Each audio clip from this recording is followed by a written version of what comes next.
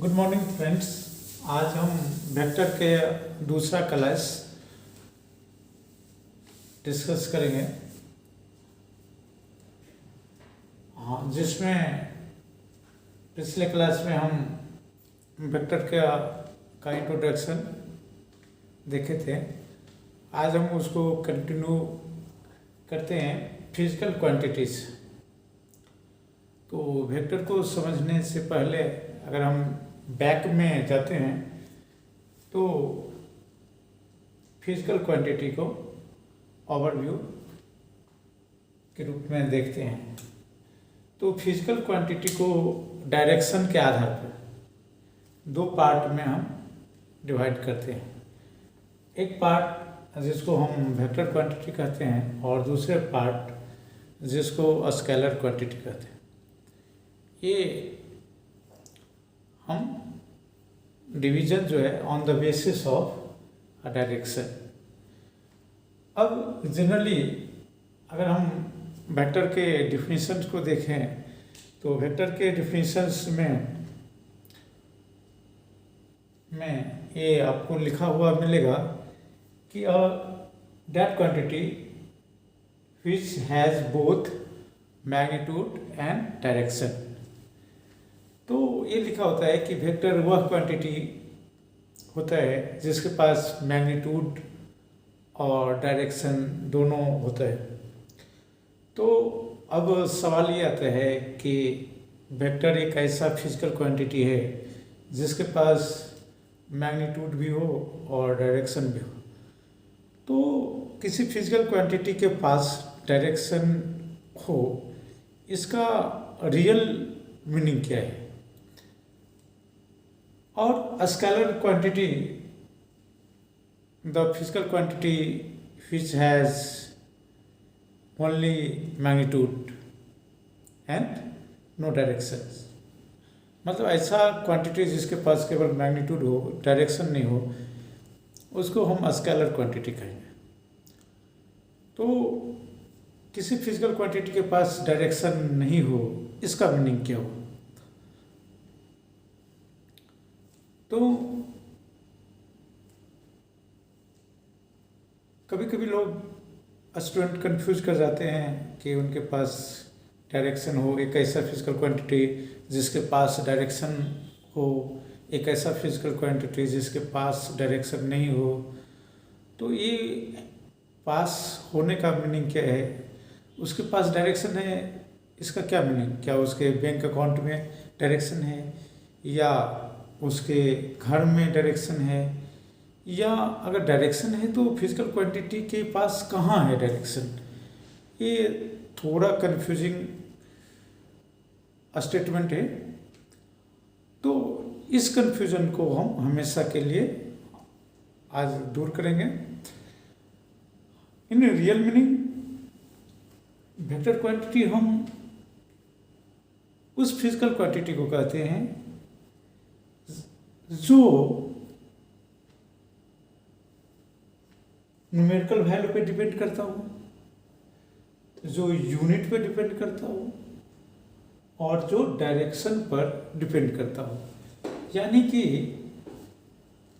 Vector quantity में 3 parameter होना जरूरी है: न्यूमेरिकल वैल्यू, यूनिट और डायरेक्शन।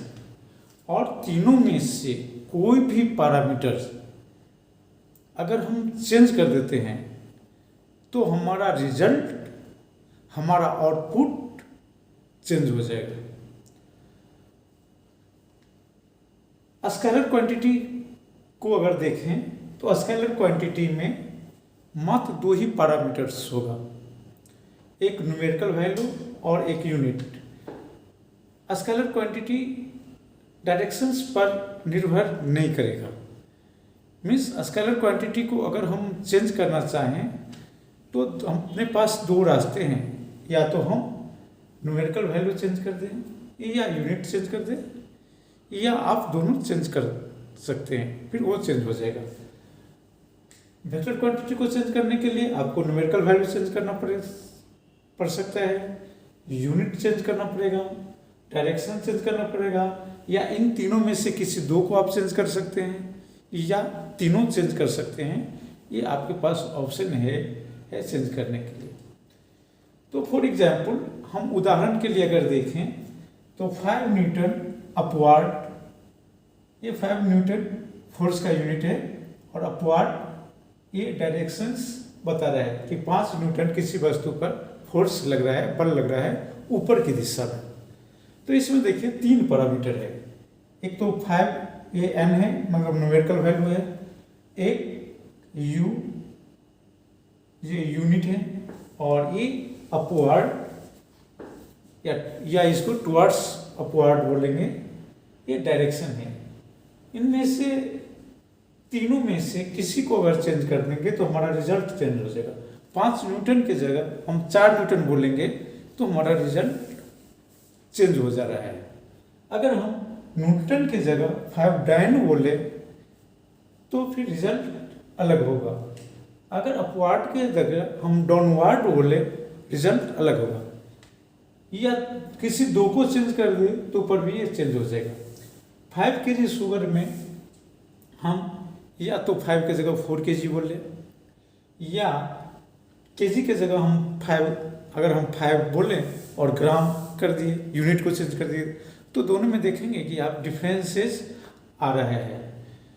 तो इस तरह से आप देखेंगे कि फिजिकल क्वांटिटी 2 वर्ड से बना हुआ है, एक फिजिकल और एक क्वांटिटी। फिजिकल का मतलब होते हैं रिलेटेड टू नेचर, फिजिक्स से बना है। एडजेक्टिव फिजिक्स मतलब होता है नेचर, जो फ्यूसिस से बना है।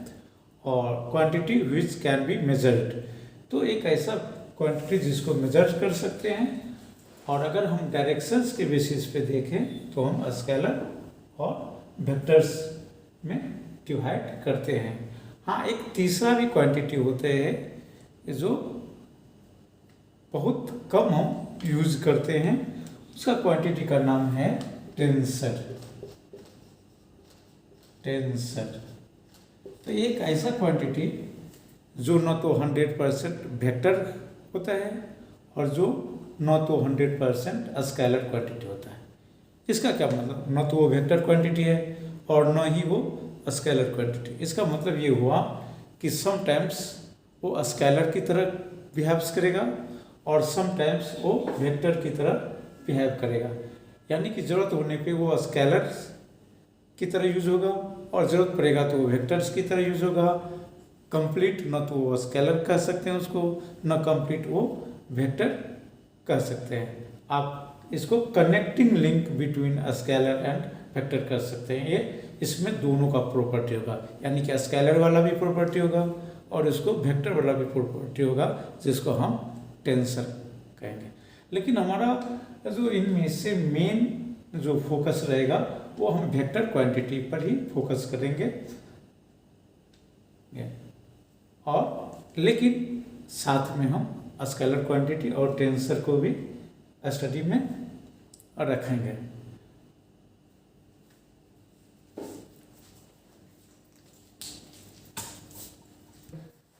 तो अभी हम देख रहे थे वेक्टर क्वांटिटी। वेक्टर क्वांटिटी में 3 पैरामीटर होते हैं, n numerical value, u unit, और दोनों को एक साथ अगर हम बोले तो आप इसे मैग्नीट्यूड m लिखेंगे। तो वेक्टर में न्यूमेरिकल वैल्यू और यूनिट दोनों मिला के हम मैग्नीट्यूड बोलेंगे। और तीसरा जो इम्पोर्टेंट है कि वेक्टर के पास डायरेक्शन हो, यानी कि वेक्टर डायरेक्शन पर निर्भर करेगा, कंप्लीटली करेगा।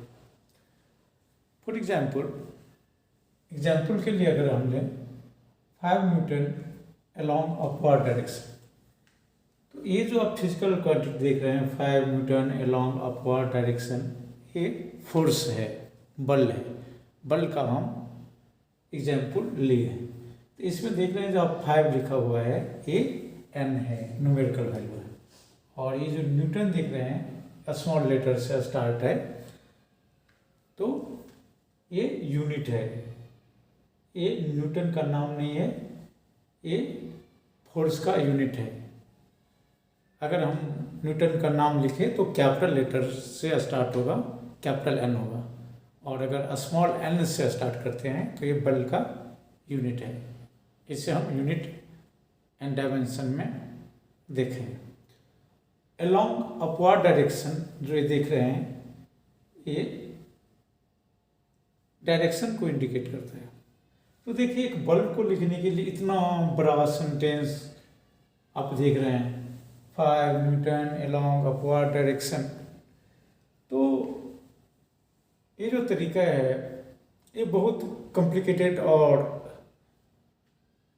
लंबा तरीका था, तो हम इतने लंबे तरीके से फिजिक्स में स्टडी नहीं करेंगे इसको।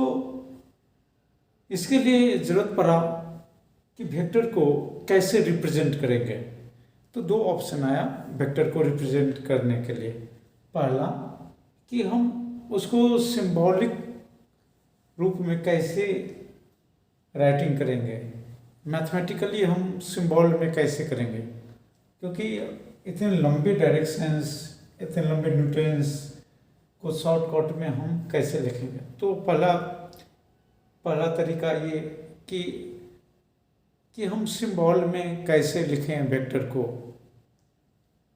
अल्फ़ाबेटिकली या फिर मैथमेटिकली। दूसरा जो तरीका है वो है ग्राफिकली या ज्योमेट्रिकली वेक्टर को हम कैसे रिप्रेजेंट करेंगे। ये हमारे पास दो ऑप्शन है। तो इस टॉपिक में हम दोनों चीज़ देखेंगे। इम्पोर्टेंट ये है कि हम वेक्टर को कैसे रिप्रेजेंट करेंगे, और जब तक हम वेक्टर को रिप्रेजेंट करना नहीं सीख लेते, जान लेते, समझ लेते, तब तक वेक्टर से रिलेटेड जितने भी प्रॉब्लम्स हैं उसको हम इजीली सॉल्व नहीं कर पाएंगे।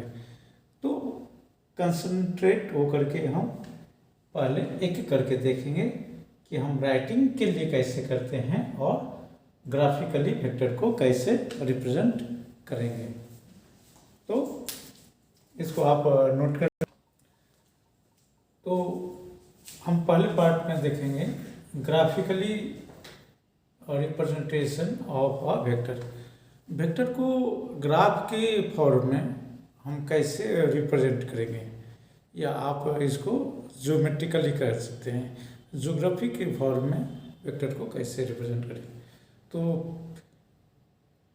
वेक्टर क्वांटिटी पूरे फिजिक्स में जितने भी है, चाहे लीनियर डिस्प्लेसमेंट हो, वेलोसिटी हो, एक्सीलरेशन हो, फोर्स हो, और जितने भी एग्जाम्पल है मैंने डिस्क्रिप्शन में नीचे लिख दिया है सारे एग्जाम्पल, आप वहाँ देख लीजिए। उन सभी को हम ग्राफ के फॉर्म में रिप्रेजेंट कर सकते हैं। तो ग्राफिकली रिप्रेजेंटेशंस में हम ये देखेंगे कि वेक्टर को हम कैसे रिप्रेजेंट करते हैं। तो बाय एरो के द्वारा हम रिप्रेजेंट करते हैं। इसमें देखिए हमने P से स्टार्ट किया है एरो को, और Q तक हमने एरो लिखा है।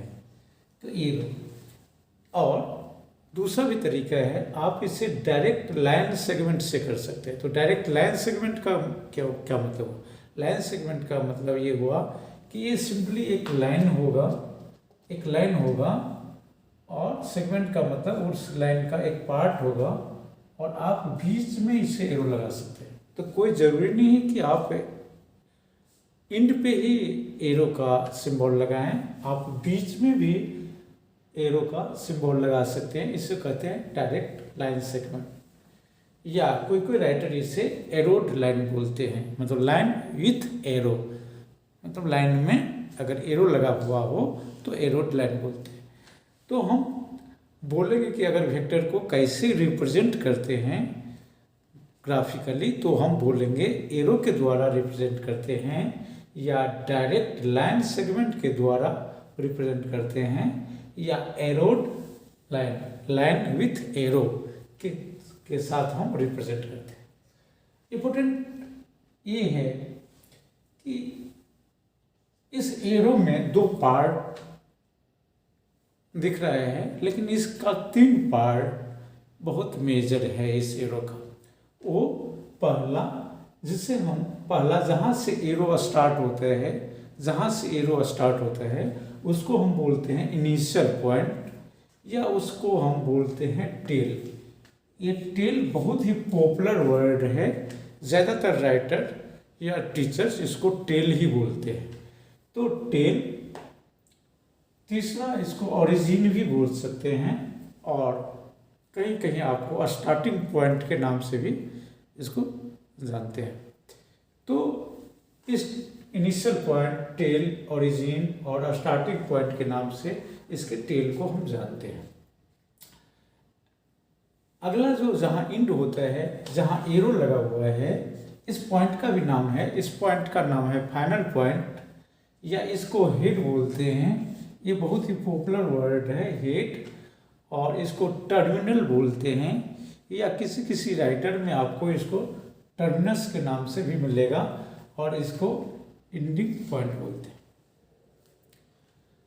इसके साथ आपने इसका इनिशियल पॉइंट देखा, फाइनल पॉइंट देखा, या इसको टेल और इसको हेड बोलते हैं। स्टार्टिंग वाले पॉइंट को टेल, और एंड वाला जो पॉइंट है जहाँ एरो लगा हुआ है उसको हम हेड बोलते हैं। बीच में एक एरो का लेंथ है। तो अगला क्वेश्चंस आते हैं कि अगर हम ये बात कर रहे थे कि अगर फिजिकल क्वांटिटी को अगर एरो से रिप्रेजेंट करें तो इसमें तीन चीज़ का होना जरूरी है फिजिकल क्वांटिटी में। एक न्यूमेरिकल वैल्यू, एक यूनिट और एक डायरेक्शन। तो ये क्या तीनों चीज़ है? तो ये देखना पड़ेगा कि डायरेक्शन कैसे पता चलता है। तो डायरेक्शन ये एरो खुद बताते हैं। कैसे?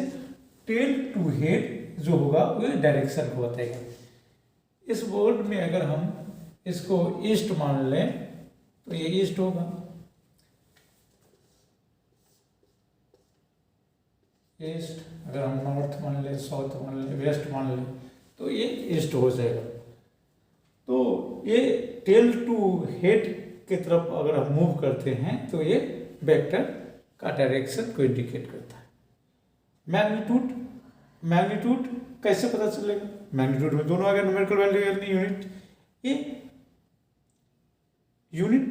यूनिट खुद फिजिकल क्वांटिटी में हाइडन रहेगा। अब ये जो लेंथ है ये मैग्नीट्यूड बताएगा। तो अब अगला सवाल ये है कि एरो की लेंथ से क्या हमको एब्सोल्यूट मैग्नीट्यूड पता चलेगा? नहीं, आपको एब्सोल्यूट मैग्नीट्यूड नहीं पता चलेगा, आपको रिलेटिव मैग्नीट्यूड पता चलेगा। इसका मतलब है कि आपको इसका लेंथ जब हम न्यूमेरिकल बनाएंगे, जब हम एरो ड्रॉ करेंगे तो अगला सवाल होता है कि एरो कितना बड़ा लें। क्या एरो की लेंथ लेना फिक्स है? तो सवाल है नहीं, ये आपके ऊपर निर्भर करता है। यानी कि आप इससे आर्बिट्रेरली ले सकते हैं। आर्बिट्रेरली का मतलब होता है इच्छा के अनुसार ले सकते हैं। हाँ, लेकिन उसमें आपको एक सावधानी है, ये आपको कंपेरेटिवली वैल्यू बताएगा, मीन्स तुलनात्मक वैल्यू बताएगा। हम देखते हैं एग्जाम्पल से इसको, तब तक इसे आप नोट कर लीजिए। अब हम बी पार्ट में देखेंगे representation of vector in writing. Writing में कैसे लिखेंगे? तो हम पहले पार्ट में देख रहे थे रिप्रेजेंटेशन ऑफ वेक्टर ज्योमेट्रिकली और ग्राफिकली। अब इस पार्ट में देखिए कि a single letter with arrow above it. इसका मतलब है कि हम एक वेक्टर को एक सिंगल लेटर से रिप्रेजेंट कर सकते हैं, लेकिन उस लेटर के ऊपर आपको एरो लिखना पड़ेगा। जैसे हमने ए लिखा, ए, और एक के ऊपर में आप एरो लगा दीजिए। अब इसको हम पढ़ेंगे क्या? इसको क्या पढ़ेंगे? इसको हम पढ़ेंगे वेक्टर ए। वेक्टर पहले बोलेंगे और ए बाद में बोलेंगे। लेकिन जब अगर हम कॉपी पे लिखना होगा तो वेक्टर ए लेकिन अभी भी हम एरो लिखना बंद नहीं करेंगे, अभी भी हम एरो लिखेंगे। पढ़ेंगे वेक्टर ए, लेकिन अगर लिखना होगा तो ए के ऊपर में हम एरो जरूर लिखेंगे।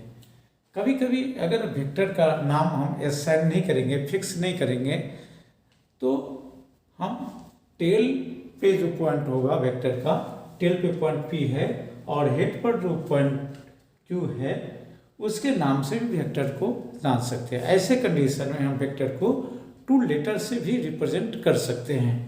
तो इसको हम लिखेंगे by 2 letter above arrow on it. तो above with arrow above it, तो इसको लिखेंगे पी लिखें, क्यू लिखें और ऊपर हमने एरो लिख दिया। पहले क्यू, उसके बाद क्यू, उसके ऊपर एरो लिख दिए। इसका मतलब होगा हम इसे पढ़ेंगे वेक्टर पी क्यू। लेकिन याद रखना है पहला लेटर टेल को इंडिकेट करेगा और दूसरा लेटर हेड को इंडिकेट करेगा, उल्टा नहीं लिखना है। पी हमेशा टेल पे होना चाहिए और क्यू हमेशा हेड पर होना चाहिए।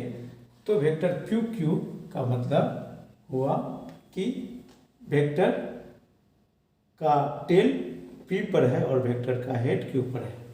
लेट अगर हम वेक्टर एम और एन लिखे तो इसका मतलब होगा कि वेक्टर का टेल एम पर है और वेक्टर का हेड एन पर है। तो इसे आप नोट कर लीजिए। तो अभी हम जो मैट्रिकली रिप्रेजेंटेशन की बात कर रहे थे, तो कुछ कुछ क्वेश्चंस दिमाग में आते हैं कि अगर वेक्टर को हमको एरो से रिप्रेजेंट करना है, तो एक हमने इसमें बताया कि टेल, लेंथ और हेड। तो इसका लेंथ एग्जैक्टली हम कॉपी पे, अपने कॉपी पे, या अगर हम बुक लिख रहे हैं तो कितना लिखें। तो हमने ये बताया था कि वेक्टर्स, पूरे वेक्टर का अगर हम प्रॉब्लम सॉल्व कर रहे हैं तो इसमें कुछ कंसेप्ट आपको हमेशा याद रखना चाहिए। वो कंसेप्ट पहला कि लेंथ, वेक्टर का जो लेंथ है टेल और हेड के बीच का जो लेंथ है वो आप आर्बिट्रेरीली ले सकते हैं। आर्बिट्रेरीली मीन्स अपनी इच्छा से आप रख सकते हैं, लेकिन कंडीशन अप्लाई, इसमें आपका कंडीशन लागू होता है कि एक वेक्टर को आप अपनी इच्छा से ले सकते हैं, उनकी लेंथ को, एरो की लेंथ को अपनी इच्छा से ले लीजिए पहला वेक्टर का। लेकिन दूसरा वेक्टर जो होगा वो आपको कंपेरेटिवली लेना पड़ेगा। इसका क्या मतलब हुआ? इसका मतलब अगर 5 न्यूटन ईस्ट में कोई फोर्स लग रहा है और वेक्टर की लेंथ को 1 सेंटीमीटर आपने लिया, अगर क्वेश्चन से है कि दूसरा फोर्स 10 न्यूटन का लग रहा है और ईस्ट में ही लग रहा है, तो आपको लेंथ 2 सेंटीमीटर लेना पड़ेगा। अब एक सवाल ये भी आता है कि क्या जब हम न्यूमेरिकल बनाएंगे तो हमेशा स्केल से मेजर करके लेंगे? अनिवार्य है? जी नहीं, अनिवार्य नहीं है। जब आप न्यूमेरिकल बनाएंगे तो उस समय हम ये प्रयास करेंगे कि अगर 5 न्यूटन 1 सेंटीमीटर का है तो 10 न्यूटन उसके दोगुने के बराबर हो, 4 सेंटीमीटर के बराबर हो।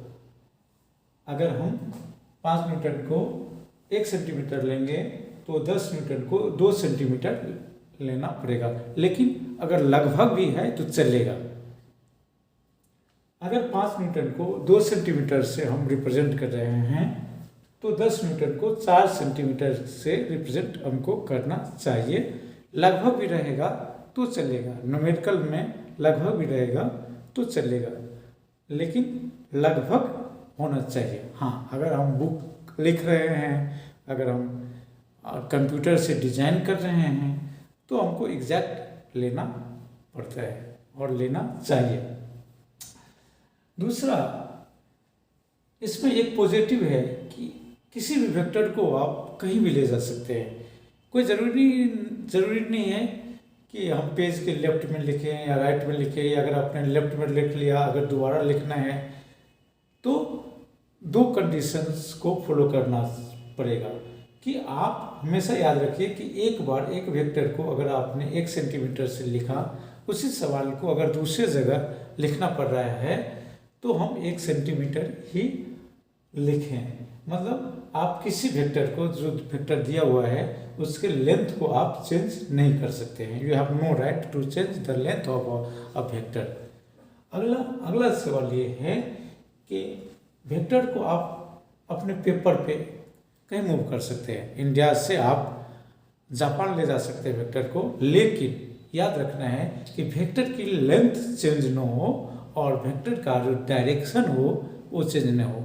मतलब वेक्टर का एंगल चेंज नहीं होना चाहिए। उसके बाद वेक्टर को आप फ्रीली मूव कर सकते हैं। वेक्टर को आगे कर सकते हैं, वेक्टर को पीछे कर दीजिए। लेकिन याद रखना है, जैसे इस कलम को अगर हम वेक्टर माने तो इस वेक्टर को आप कहीं भी ले जाओ चलेगा।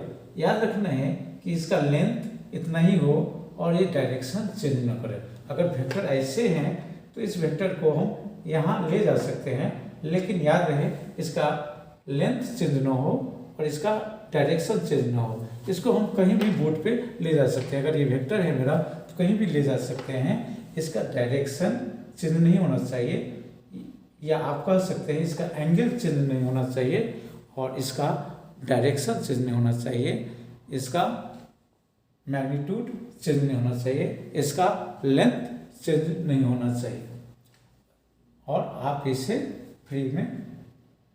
फ्रीली मूव कर सकते हैं, कॉपी पर कहीं लिखेंगे। तो अगले टॉपिक में हम वेक्टर के सबसे इम्पोर्टेंट पार्ट जिसे हम डायरेक्शन कहते हैं, हम डायरेक्शन का पोस्टमार्टम करेंगे। यानी कि डायरेक्शंस के एक एक कंसेप्ट को समझेंगे अगले क्लास में। तब तक के लिए आपको बहुत बहुत धन्यवाद।